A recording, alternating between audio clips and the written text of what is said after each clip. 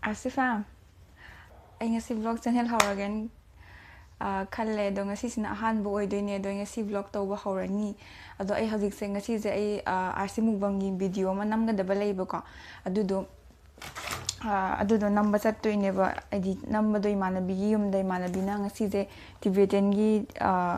moigi Tibetan food thonggadaba ko ai ne am pamjabam le dudu video namdoine ba ko adu hojik ngasi je san do adu loba chatkadabane ba ko adugi ai hojik se loisange na tawrambane swaida intro swaina pirage na haidi ai horen kona matam lairoidaba dudugi ai hojik loisan khige ngaktang makeup kitang ngaktang tawsallige makeup kitang taysan dadi sakse yengba yadreba dujuna Asifam ay am lairajabne ay mirror so ay mugzendo ado ngasi sigi video gi amma horen arsi mukbang gi number do aduna hana thagalak taw male ay gi blog channel gi sidi kondaw male maramdi matek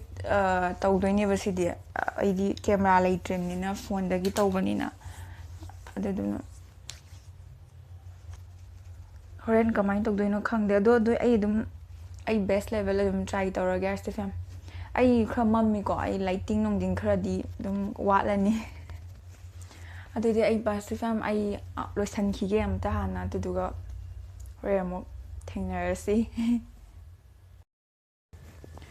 Asifam ai loisalle loibu loisalle teigadaba kha teisalle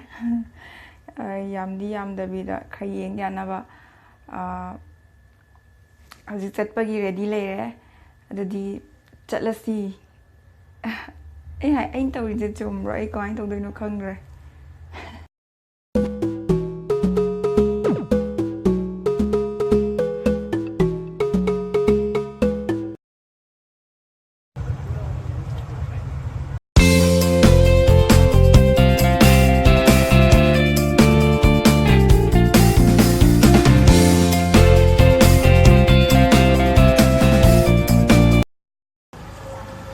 ai hojik imanabigi na mayumdagi pot chai khara lawba chatli steamer law chatli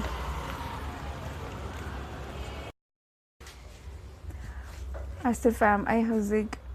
beef lawrure tuka imanabi ka da leye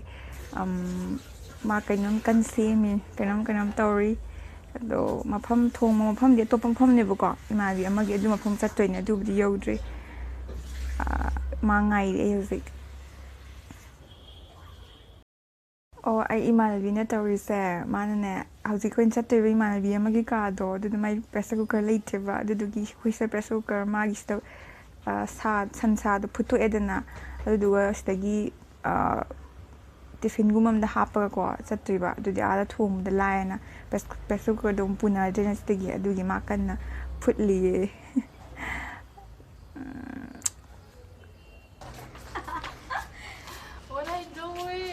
I'm filming. That's really good. Good to see you. Long time. Fam, ay mali ka finally yore. Hello, ay malami yo una ba kuire una da ba. May ka utpira kesa. Last one is like we are paying like 4,500 I used to sit last for second year. Ay mali ka azingo. I remember.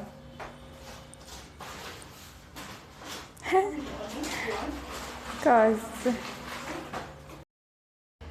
ay manabi sa dalayre namazi.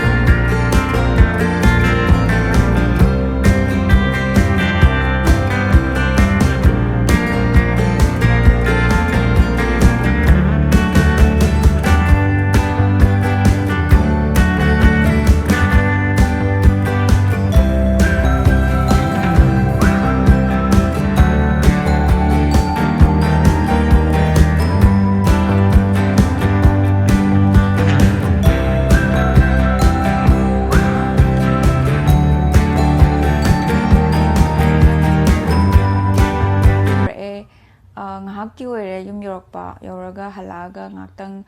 ꯑꯩ ꯉꯁꯥꯏ RC ꯃꯨꯛꯕꯪꯒꯤ ꯚꯤꯗꯤꯑꯣꯗꯨ edit ꯇꯧꯕ ꯂꯣꯏꯔꯒ uploadꯗꯤ ꯇꯧꯗ꯭ꯔꯤ ꯑꯗꯣ ꯑꯩꯒꯤ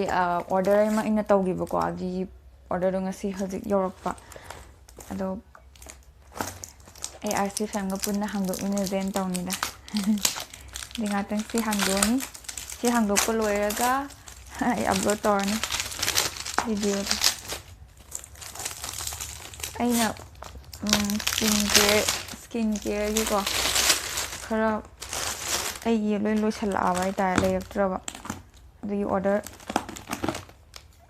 ꯇꯧꯈꯤꯕꯅꯦꯕ ꯉꯁꯤ ꯌꯧꯔꯛꯑꯦ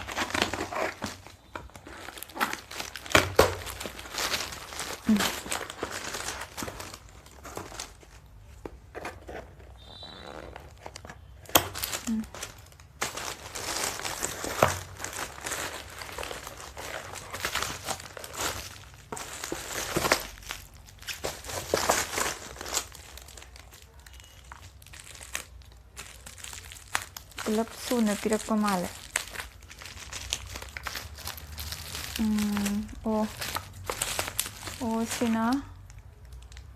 ꯁꯤꯅ ꯗ꯭ꯔꯥꯏ ꯁꯥꯝꯄꯨ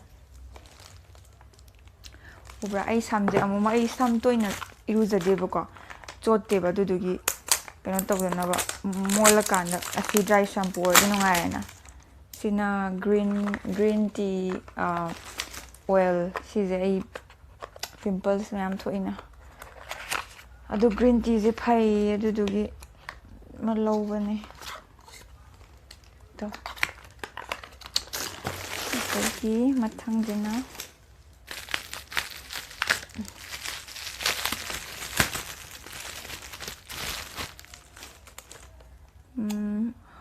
ꯇꯣꯅꯔ ꯑꯃꯁꯨ ꯑꯩꯅ ꯇꯧꯈꯤꯕ ꯐꯦꯁꯤꯌꯦꯜꯒꯤ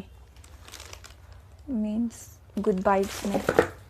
ꯒꯨꯗ ꯚꯥꯏಬ್ꯁ ꯉꯥꯛꯇꯅꯦ ꯁꯤꯅ ꯇꯣꯅꯔ ꯁꯤꯅ ꯃꯦꯀꯞ ꯂꯧꯊꯣꯛꯑꯁꯨ ꯌꯥꯕ ꯑꯗꯒꯤ ꯂꯣꯏꯅ ꯁꯤꯖꯤꯟꯅ ꯌꯥꯕ everything all purpose ꯑꯗꯒꯤ ꯁꯤꯃꯁꯤꯅ ꯀꯩꯅꯣ ꯑꯩ ꯀꯥꯎꯈ꯭ꯔꯦ ꯑꯩ ꯏꯁꯥꯅ order ꯇꯧꯔꯒ ꯑꯩ ꯀꯩꯀꯩ order ꯇꯧꯕꯤꯒꯦ ꯍꯦꯛꯇ ꯀꯥꯎꯋꯦ ꯑꯣꯔꯦꯟꯖꯀꯤ ꯈꯪꯉꯦ ꯁꯤꯁꯤꯅ ꯀꯩꯅꯣ ꯑꯣꯏꯈꯤꯕꯅꯦ ꯃꯣꯏꯆꯔꯥꯏꯖꯔ ꯑꯣꯏꯈꯤꯕꯅꯦ ꯑꯗꯨꯗꯣ ꯁꯤꯁꯨ ꯒꯨꯗ ꯚꯥꯏബ്ꯁꯀꯤꯅꯦꯕ ꯖꯦꯜ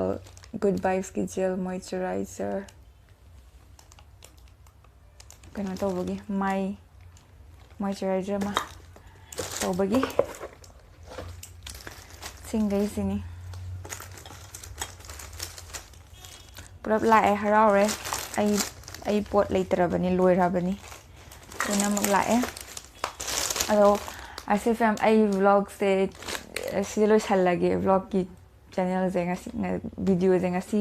ꯁꯤꯗ ꯁ꯭ꯋꯥꯏꯗ ꯑꯗꯨꯝ ꯂꯣꯏꯁꯜꯂꯒꯦ ꯑꯗꯣ ꯅꯨꯡꯉꯥꯏꯔꯒꯗꯤ ꯂꯥꯏꯛ ꯇꯧꯕꯤꯌꯣ ꯑꯗꯨꯒ ꯅꯨꯡꯉꯥꯏꯇꯦꯅ ꯈꯪꯍꯟꯕꯤꯔꯣ ꯀꯃꯦꯟꯇ ꯄ꯭ꯂꯤꯖ RC ꯐꯦꯝ ꯀꯃꯥꯏꯅ ꯇꯧꯒꯦ ꯁꯤ ꯃꯑꯣꯡꯁꯦ ꯅꯨꯡꯉꯥꯏꯕ꯭ꯔꯥ ꯅꯨꯡꯉꯥꯏꯇ꯭ꯔꯒꯅ ꯈꯤꯇꯪ ꯁꯤꯗ ꯍꯦꯟꯅ ꯏꯟꯇꯔꯦꯁꯇꯤꯡ ꯑꯣꯏꯅꯕꯁꯨ ꯑꯩ ꯍꯣꯠꯅꯒꯦ ꯑꯩ ꯑꯍꯥꯟꯕꯗꯤ ꯉꯁꯤ ꯑꯁꯦꯡꯕꯗꯤ ꯐꯥꯔꯁ ꯇꯥꯏꯝꯅꯦ ꯑꯩ ꯚ꯭ꯂꯣꯒꯤꯡ ꯇꯧꯕꯁꯦ ꯍꯩꯇ꯭ꯔꯤ ꯑꯗꯣ ꯈꯪꯍꯜꯂꯛꯑꯣ ꯀꯃꯦꯟꯇ ꯀꯣ RC ꯐꯦꯝ